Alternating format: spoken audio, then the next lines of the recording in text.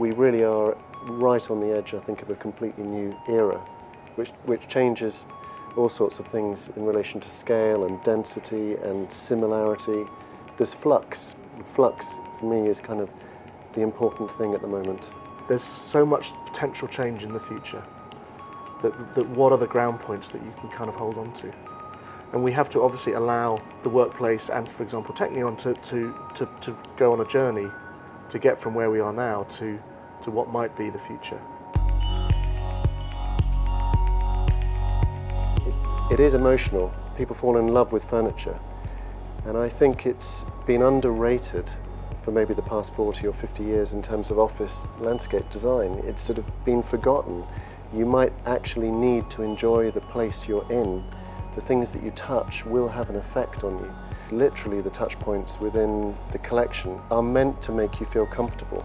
They're designed to be familiar. I think the core of the sort of DNA of the product is a sort of mix between a very welcoming set of spaces, but allows a very dynamic kind of work experience. So we've layered a kind of critical understanding of work style with a kind of craft expression that's practical but warm. So, for example, the use of timber is very important in that, because there's a softness, there's a texture, and there's a character in timber that you can't get in painted surfaces.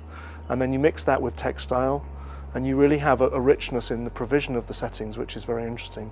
In a way, the humanizing that we've been trying to do with the new products is to create subtle bridging opportunities between the different needs, between the different types of people, allow choices. So you kind of almost intuitively will find yourself drifting from one zone or place to another and interfacing with that, rather than creating very prescriptive boundaries.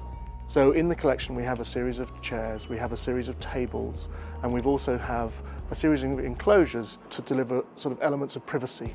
We're trying to produce a very fluid platform where we can literally just pick up and move these items, in some cases, to augment or tune the environment.